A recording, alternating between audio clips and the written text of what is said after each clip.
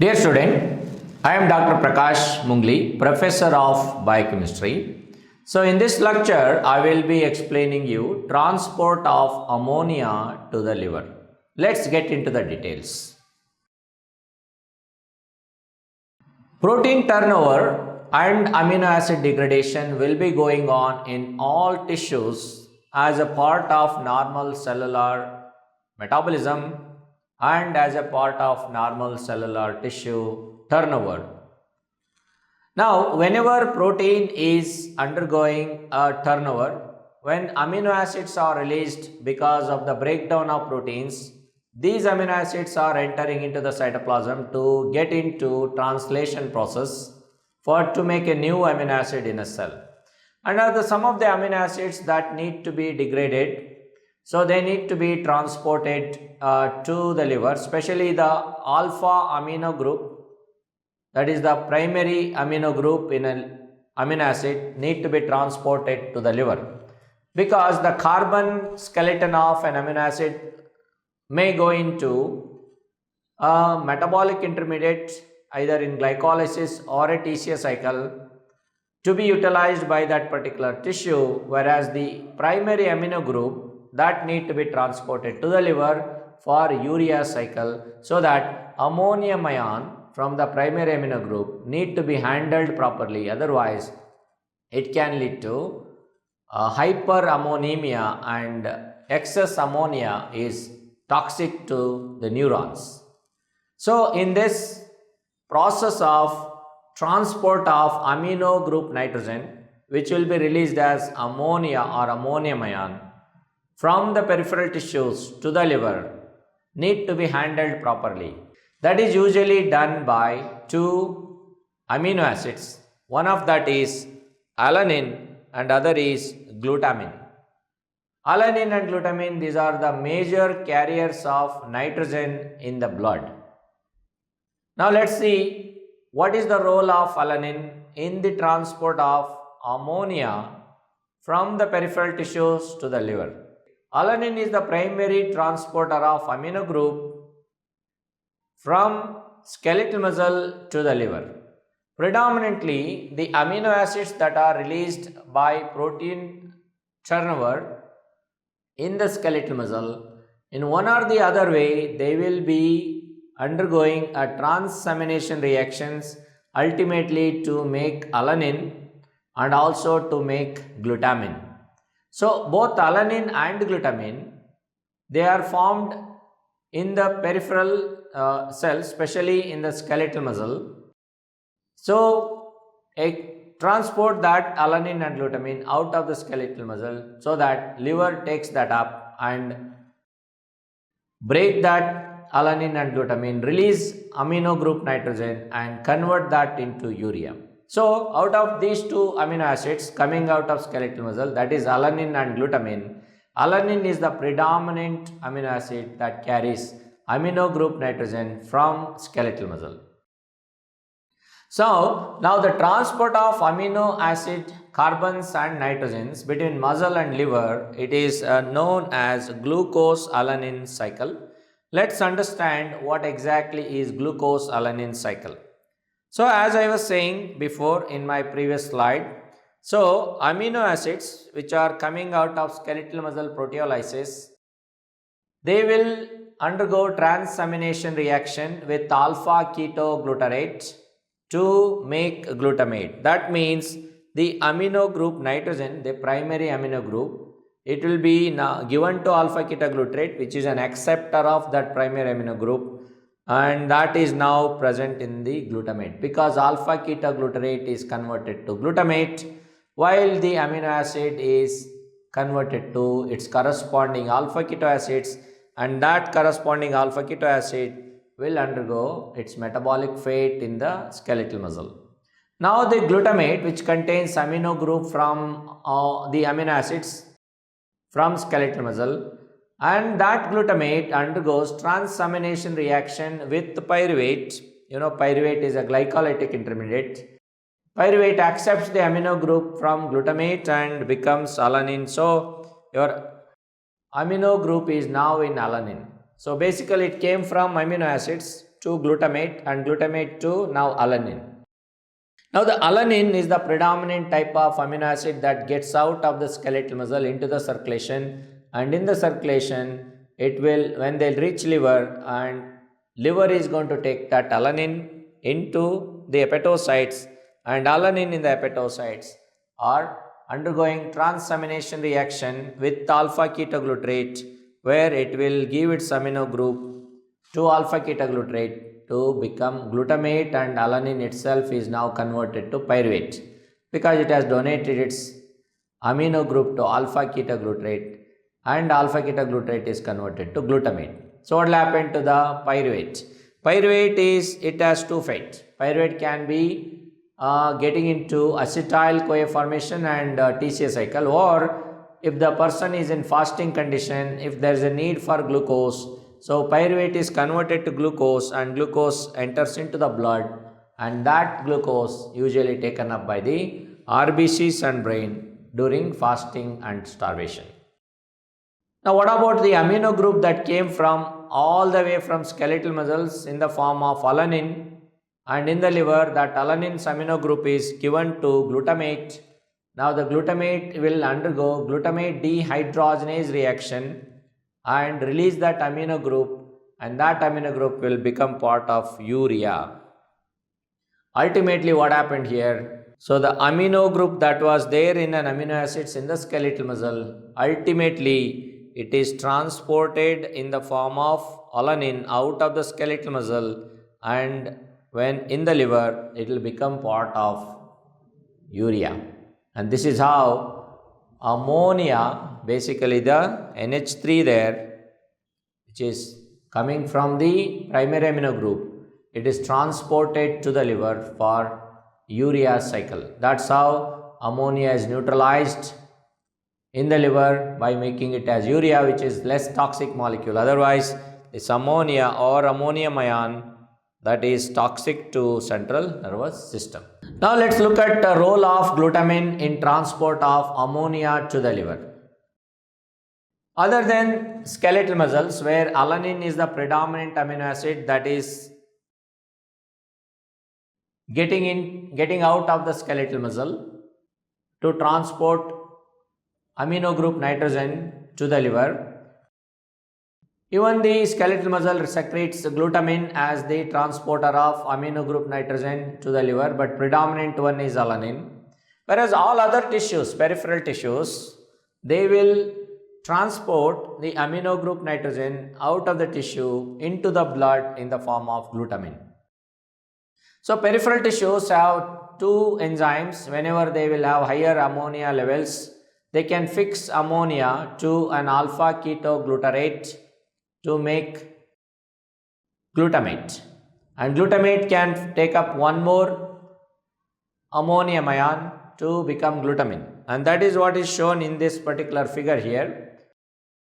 So in the muscle and peripheral tissues, let me just add that here, muscle and peripheral tissue. So whenever there is higher levels of ammonium ion, so ammonium ion will be fixed with alpha-ketoglutarate to make glutamate. So alpha-ketoglutarate accepts an ammonium ion and be converted to glutamate, and that will be done by enzyme glutamate dehydrogenase, fixation of ammonium ion to alpha-ketoglutarate, done by glutamate dehydrogenase enzyme, and it uses NADPH. Now the glutamate will be fixed with one more ammonium ion done by glutamine synthetase enzyme, which uses ATP to do that and become glutamine. And this is how glutamine is made in the peripheral tissues including muscle. Now the glutamine will be secreted out into the blood, and that will be taken up by the liver, and in the liver, especially in the mitochondria, these are all mitochondrial reactions, remember that. That is glutamate dehydrogenase, glutamine synthetase, and later what I am explaining in the mitochondria in the liver, they are all mitochondrial reactions. So glutamine is deaminated into glutamate by glutaminase enzyme, and that ammonium ion which is going out here will be getting into urea cycle, and that's how it will be neutralized. And now what happened to the glutamate? Glutamate undergoes glutamate dehydrogenase reaction in the mitochondria of the liver and release one more ammonium ion. And now these two ammonium ion will get into urea cycle and urea formation is going on in the liver. And urea will be secreted out and kidney is going to filter that urea out into the urine. And that's how urea will get out of our body carrying two ammonium ion through the kidney into the urine. So that's how a transport of ammonium ion goes from peripheral tissues to the liver, and in the liver it will be incorporated into urea formation. So that is what I have written in this slide here. So involvement of two enzymes, glutamate dehydrogenase and glutamine synthetase in formation of glutamine in the peripheral tissues, and later in the liver we need glutaminase to break glutamine into glutamate, release ammonium ion, and then further glutamate dehydrogenase to break glutamate into alpha-ketoglutarate and release one more ammonium ion. So note that when glutamine is there in the circulation, it can be taken up by three tissues actually. One is liver, that we have already seen. Liver takes that glutamine and use glutaminase and glutamate dehydrogenase, release those two ammonium ion and put that into urea formation. And the carbon skeleton alpha-ketoglutarate can be reused or get into TCA cycle. Whereas the kidney and intestine will also does the similar thing. Only thing is they will use that alpha-ketoglutarate for the energy purpose, and ammonium ion in the kidney, it is just placed it into urine, and that's how kidney can participate in getting rid of excess ammonium ion out of our body by breaking glutamine into glutamate and glutamate into alpha-ketoglutarate. So that is what I have written here. Liver makes urea taking the ammonium ion. Kidney is the second line of defense for excess ammonia in the from the body, so it is just excreted out, and intestine uses glutamine as a fuel. Now a transport of nitrogen from muscle to the liver and kidney. So as I explained to you earlier, it is done by using alanine and glutamine as the key transporter of amino group nitrogen from muscle to the liver and also later in the kidney. Alanine and glutamine reaches liver and undergoes transamination there, and amino group nitrogen gets into urea cycle, and excess nitrogen is transported out of the liver into kidney as glutamine, and the kidney will break that glutamine and excrete that ammonium ion into the urine. So that is shown in the figure here. As you can see, protein degradation releasing amino acids, and amino acids undergoing transamination give the amino group to alpha-ketoglutarate. That's when alpha-ketoglutarate is converted to glutamate, and the glutamate can undergo two fate here. One is glutamate can fix with one more ammonium ion to become glutamine. That's how a skeletal muscle makes glutamine. The other fate of glutamate is it can undergo transamination reaction to make alanine using pyruvate. Now the amino group nitrogen is there in the form of alanine and glutamine. Now the alanine getting out of the skeletal muscle, which is the predominant one, and in the liver alanine undergoes transamination reaction to offload, means to transfer its amino nitrogen to alpha-ketoglutarate, and that becomes glutamate. Alanine's carbons are there in the form of pyruvate. Pyruvate can go into gluconeogenesis if it is needed. Now the glutamate can also come from the glutamine that is released from the skeletal muscle getting into the liver, and in the liver glutaminase enzyme removes one ammonium ion and makes glutamate. And now that glutamate will undergo glutamate dehydrogenase reaction, release alpha-ketoglutarate and ammonium ion, and that ammonium ion can go into urea cycle, and the other ammonium ion also can go into urea cycle. So basically in the urea formation there will be two ammonium ion getting into urea formation. One is coming from breakdown of glutamate into alpha-ketoglutarate, other is coming from breakdown of glutamine into glutamate by glutaminase enzyme. So overall, this is how urea will form by using two ammonium ion brought into the liver by glutamine and alanine. Now whenever urea cycle is saturated, at that time ammonia incorporation into urea formation may decrease. So during that time, what will happen in the liver? What will happen to the excess ammonium ion? So this excess ammonium ion in the liver will be fixed with alpha ketoglutarate to make glutamate, and one more ammonium will be fixed with the glutamate to become glutamine. So basically, two ammonium ion will be part of glutamine, and that glutamine will be sent out of the liver into the bloodstream, and from the bloodstream glutamine is, so the glutamine that is made in the liver, so it will be transported out of the liver into the bloodstream, and that glutamine, it will be taken up by the kidney, and kidney is going to break the glutamine into glutamate and releasing ammonium ion. That will be done by glutaminase enzyme, and that ammonium ion goes out in the urine.